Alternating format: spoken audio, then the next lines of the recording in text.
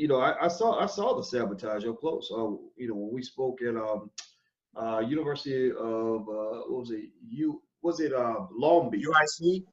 Oh, Long Beach. That's right. That's right. California. Long Beach. And I remember the second day, I was there a day early. Brother Nuri and I were going to do a panel the next day. And the day before, the minister gave a speech, and they had organized the Black LGBT students to come in and deliberately distract and disrespect the speech, you know, because he had been invited by the student organization out there that's really, really progressive. I think their brother Salid was a part of it. Yeah, brother Salid was a part of that. Yes, sir. And which was very rare. I mean, when I saw that they had invited myself and the minister and Tariq Nasheed and, you know, people like that, I said, well, what kind of college campus is this? Most college students are asleep when it comes to real blackness. I mean, really empowered black. They, you know, they're into this, you know, very watered down stuff that's fed to them by the Democratic Party. You know, they don't really kind of understand the trick of the game, because I didn't start really getting the game till I was probably 30 years old. You know, so when I saw these young people that said, no, we want the real leaders in the community that can really show us how to really empower ourselves, you know, and then they understood people like Dr. Claude Anderson, things like that. I was really impressed by that, and you know, because it's very fascinating that you know, through these systems, a lot of our young people get caught in these systems, and you just watch them from the outside, and you see them screaming and whining and protesting and complaining constantly. You know, the system, the school won't let me do this. They said that they called me a name, and my teachers are racist and all this stuff, and you know, I can't get a job, and you're sitting there thinking, yeah, of course you can't get a job because you're black, and this is a white man's economy, and you spend all your family wealth getting this degree from these white folks that's not preparing you to actually take care of yourself. You know, you need to go listen to individuals like the minister and like the, you know, brothers from the nation, and, you know, Dr. Claude Anderson, just people that can teach you principles that will help you navigate around that system, again, to get out.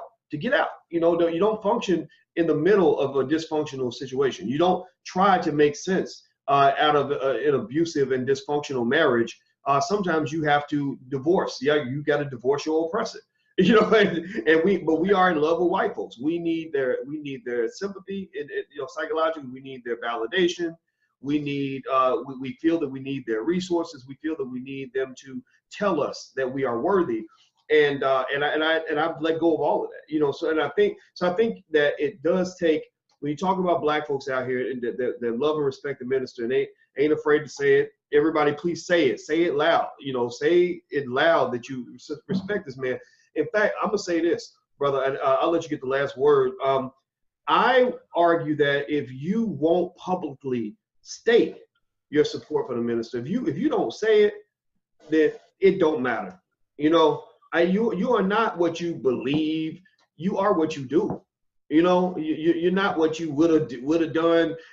Well, I would, you know what I'm talking about, those whispering Negroes. I dealt with a lot of whispering Negroes when I was up there battling with when I was working over at Syracuse University, and I was battling with the administration, taking on the giant. It was David versus Goliath. But I said, I got 3 slingshots, and I'm going to pop all these suckers in your eye. Like, I might die, but we all going to die today. Like, that was my mindset. And then I had the whispering Negroes that would follow me in my office.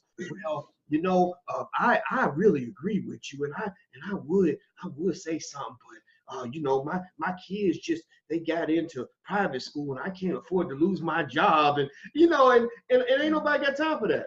Ain't nobody got time for that, man. I mean, you know, people don't understand that we are at war, and we need soldiers in this war, and I will say that if you're not offended, I'm offended for you, for all these people. All these black folks that have gotten love and support from the minister, you know, these celebrities that call in for advice when, you know, when nobody else is looking, you know, that will tell you behind closed doors that they support you, but won't say your name in public. That's a shame. I mean, it's really a shame. I mean, it's really a shame. And you talk about us having a long way to go. A lot of our battle in terms of us having a long way to go is not just in terms of wealth and resources and all of that. It's spiritually and psychologically, you know, it's socially and culturally. You know, if you pull all those things together, if you get the right spirit, the right psychology, the right sociology and culture in your community, then the wealth and the resources come after that. You know, it's like winning an NBA championship. You could be as talented as the best player in the league, but if you ain't right mentally, you'll never win anything. You know, but if you get right mentally, then your success will be a symptom of what you become on the inside. When, you know, the outside reflects what's happening on the inside. So I think that for Black folks, we got to tear ourselves down and rebuild ourselves into people that are able to better understand what's going on with us, to better confront reality, to not be afraid, and to stick together. So I'll say this, and I'm gonna let you get the last word, brother. You know, I had a lot of people say, I've seen it, I appreciate everybody's confidence. Thank you. You know, people say, you know, I love the fact that you stand up for the minister. Thank you. Thank you. And that's bittersweet for me. I appreciate it, but it's bittersweet that people really have to thank me because they see that as so rare. It should not be rare at all, you know. And also, here's the other thing: I'm not doing anything extraordinary by supporting the nation and the minister as they go through this, because this is what you're supposed to do. This is what you're supposed to do. You know, it's like when people congratulate a father for taking care of his kids. You know, a real father does not consider that. He doesn't. That's not. Thank you for the compliment, but I'm supposed to take care of my kids. You know, well, good for you. Look at you. You ain't never been sent to jail. Well, I'm not supposed to be sent to jail. You know, or you graduate from college, you graduate from high school. I'm supposed to get an education. You know, like, don't congratulate me for just doing the basics. You know, so I'll say this, and then I'm gonna be quiet because I love you to finish, brother. But you know, here's what I'm telling you all right now, and I hope you'll hear me on this. I think this is just as a general code of conduct. When you see your ally under attack and your ally goes to war in a righteous fight, it's a righteous fight. You ain't got to pick every battle, but if you think it's righteous, then you jump in the fight. You must jump in the fight. You must provide backup. You have no choice. Stop worrying about losing your job or losing a little bit of money or losing a little bit of status or having a few people mad at you. You know, the reality is that any nation that has ever been strong, any nation that has ever fought for its freedom, any nation that's ever been able to provide its own security has had individuals that said, look, I'm ready to go down for this. Like, what do I need to do? I'm showing up for the battle. And lucky for you, you live in a relatively safe, relatively bloodless society where, you know, for most of us, standing up doesn't mean we're going to die. It just might mean that you might not get another, you might not get to be in the next big blockbuster movie. You know, you're a Hollywood actor who, you know, maybe you won't be A-list. You'll have to go down to A- and you have to live off the 30 million that you've already made. Or maybe for a politician, it means that you might have a little more trouble getting elected in the next election or whatever. But at some point, you got to do what's right.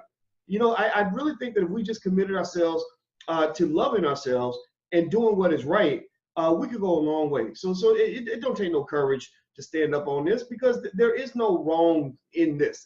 The only wrong is being done by the individuals that are attacking the minister unjustly and unfairly, and it's harming the entire community. So, brother, I'll let you get the last word on that. Thank you for letting me get that out.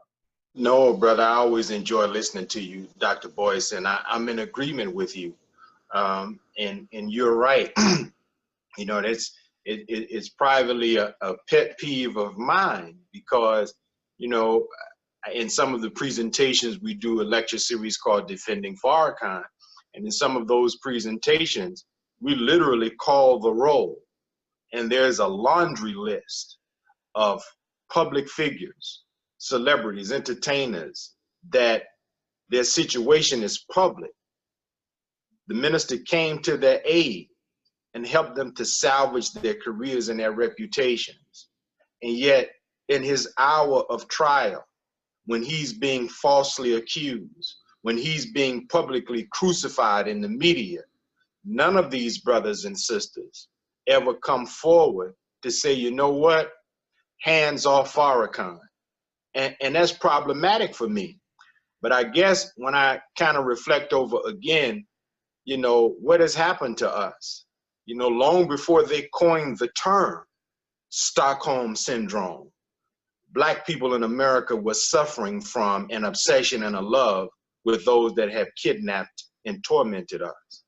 And I don't know if you remember that scene in Django Unchained, Dr. Boyce, but it's an epic scene when Jamie Foxx's Django was whipping the hell out of a slave master, and I think he shot 2 of them. And then in the next couple of seconds, you see the plantation owner coming over to accost Django, and he has an entourage of about 10 or 20 slaves, and they got guns getting ready to kill this other slave that just killed 2 slave masters. And so that kind of scene really, you know, helps to paint the picture of what we're dealing with, you know. Our prominent brothers and sisters, they are afraid. They're really held captive. They are not free. And that's what, again, makes the defense of the minister so important, because his message can free them. They're not even free to defend their own brother. They think that they are free because they make a lot of money. They're picturing their images everywhere, but they really are not free. And you probably could not convince them that they are not free. Some of them maybe behind closed doors would agree with you and I that they are not really free. But to your point, at a certain point, something has to rise in the heart, in the soul of a man or a woman, to say that even if I have to lose this good life that I have, I'm going to stand on principle, because it is better for me, if I have to perish for something, than to have died being a coward to the truth because I feared loss. So I'm in agreement with you, brother, and I pray that there will be more who take that chance, like Snoop. I think there were a few others whose names escape me at this point. But over the 40 years of the rebuilding of the nation, we have captured the testimonies of prominent men and women, people like the rapper Nas and even Supreme Court Justice Clarence Thomas. Many people forget that it was during Clarence Thomas's confirmation hearing, when his personal life was being sifted through with a fine-tooth comb and put under a microscope, that they found that he had said that Minister Farrakhan was a man that he had loved and admired for more than a decade. This was during the early 80s, while he was, I think, president of the EEOC, which is odd because the EEOC, their job is to stamp out bigotry in the workplace, and they called the minister a bigot, and he was the president of the EEOC saying he loved and admired the minister. You know, so that tells you how much we should believe or put any stock into this label that the minister is a bigot. And so even people like Clarence Thomas, Bruce Willis, the famous actor of the Die Hard series, he said that if I was a black man, I would be with Farrakhan. And then shortly after that, Abraham Foxman of the ADL, they told Mr. Willis, you'll never work in Hollywood again if you don't retract those statements. So he kind of walked it back. But as they say, his first mind, his organic reaction to the minister was that Farrakhan speaks the truth.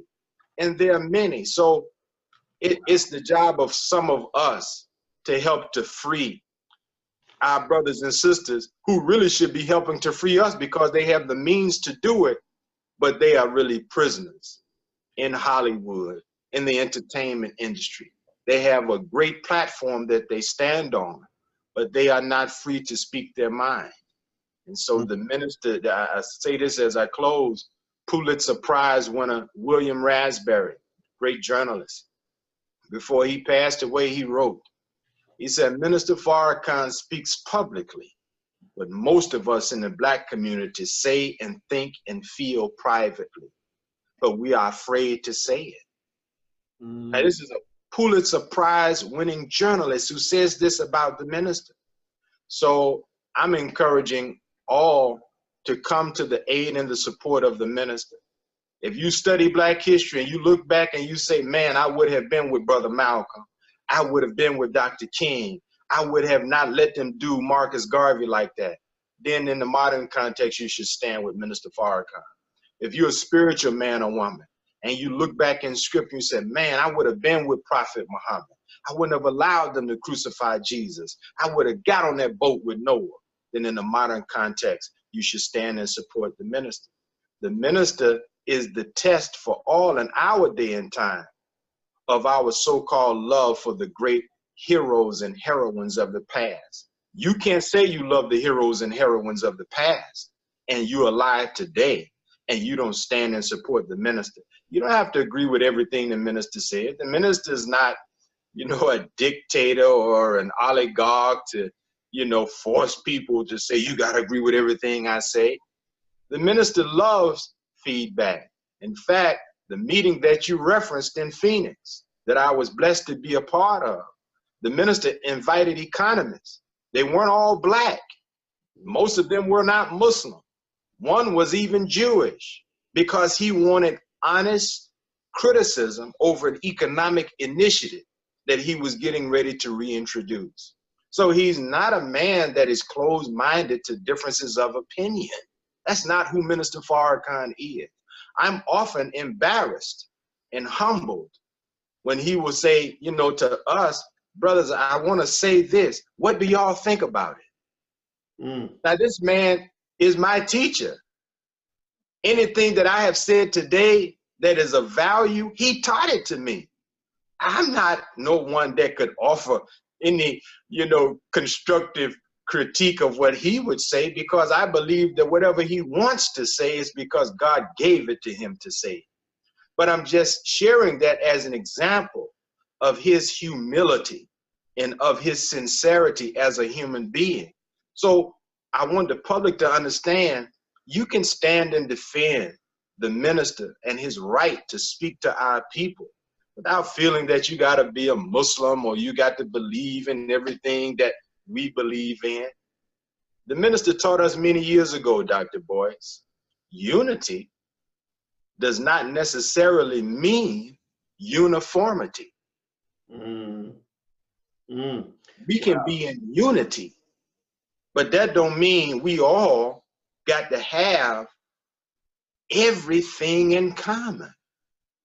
I would dare say that of all of the struggling black groups, we are in agreement over the most important things, the central thing, what we want for our children, that we want our women respected and protected, that we want to have the freedom of speech, that we should have a strong economic reality, that we want to stop seeing our babies go to prison and constantly going to funerals for black on black crime.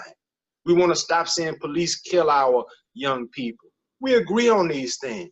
Let's unite on that. And a lot of times I found, Dr. Boyce, that a person you might see from afar that you don't agree with, when you get to meet them and dialogue with them, you find out that it was no disagreement at all. It was just a misunderstanding. So, Doc, I thank you. I know you're a busy brother, and I love you and respect you, admire you. You got so many irons in the fire, and my prayers and my support is with you. And I just really appreciate you giving me and you giving the nation so much love and so much time. Now that's a beautiful queen right there. Who is that? Taylor. She knocked on the door, so I told her she could come here and say hi. Of course, of course. She wants to show me she got her nails done. So I've got some very important work to do, as you can see here, brother. But, yes, sir, you do. Today in the car, actually, it's funny. You know, I always tell everybody about teaching, you know, the children about wealth and things like that.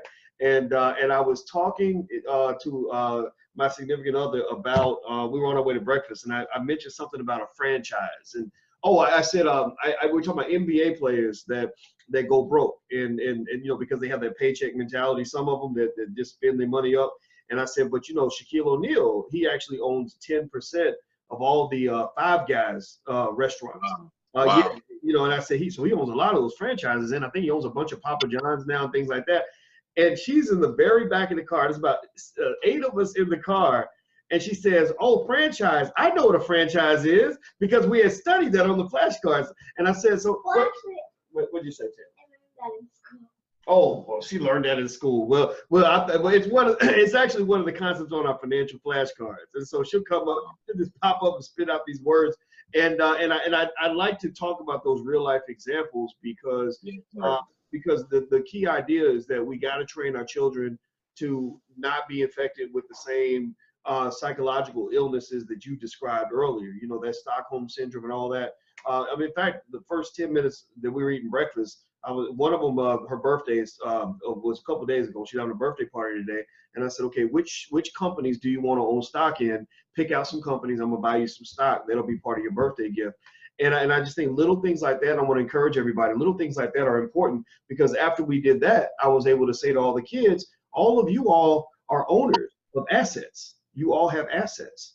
That's very powerful, you know. So, you know, everybody don't underestimate the little things you teach your children, because that will go a long way in building the future that we're looking to build now. So I invited Tay on the camera. I hope that's okay, brother. I'm honored. I'm honored. Very honored. All right, my brother. Well, let me tell everybody, hit the thumbs up button, please. Please give Brother Demetric a digital round of applause. Please hit the thumbs up button, and also please tell Brother Demetric thank you for his time. I was speaking with Brother Demetric Muhammad. He's a student minister in the Nation of Islam. He's part of the research team there. He's also a columnist with The Final Call. Maybe one way you guys can support the Nation is by subscribing to The Final Call. That's right. That's a great place to begin. And also, please follow Brother Demetric on every platform, Instagram, Facebook, Twitter, YouTube. Give me your word. You're going to please do that. Very, very important. I want to say hello to my friends that are watching from Twitter, which is Dr. Boyce Watkins Room, and also from Instagram, which is The Real Boyce Watkins. And Goshen, thank you for your donation. I see you just gave us, you put $100 into the pot, and we appreciate that so much. And Goshen says, greetings, Dr. Watkins and Demetric Muhammad. I sincerely appreciate the intelligent discourse on this subject. Yes, that is the goal. The goal is to, I think, brother, that's very important that people get a chance to see two black men being grown men and having intelligent dialogue. You know, because you see too many grown men that, as you mentioned earlier with the Mark Twain quote, you know, we never taught to be men, you know. Right. So I think you and I even having this dialogue, there are some young men out there watching right now who get a chance to see what manhood looks like, just like I got a chance to watch people like Minister Farrakhan, and we got a chance to see that version of manhood, you know. So so I want to say thank you, man, for your excellent work, brother. You are so appreciated. Thank you so much. Brother, thank you likewise. And my honor, my privilege to be here. Thank you so much, and keep on doing what you do. All right, brother. Thank you. All right, so you see she's getting rested. She wants to show me her new nails, so I'm about to get on out of here, guys. Okay. So, don't forget, also, if you want social media alternatives, here's how you spell blagenough.com. So if you are Blag Enough, feel free to join us at blagenough.com. Also, if you want financial flashcards for your kids or workbooks, you can go to financialworkbooks.com or financialflashcards.com. And last but not least, I'll be in Philadelphia May 19th doing a day-long investment seminar. If you'd like to learn about that, go to drboycephiladelphia.com. That's drboycephiladelphia.com. Use the discount code Philly if you'd like to get half off because you're here and you're for your family, so you can get a discount. So thank you again, brother.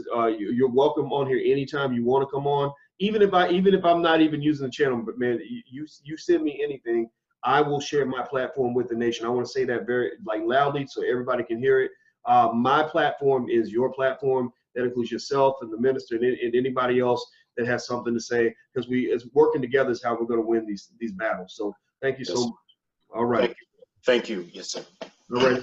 Have a great day. See you guys. Do the same, my brother. All right. Bye-bye now.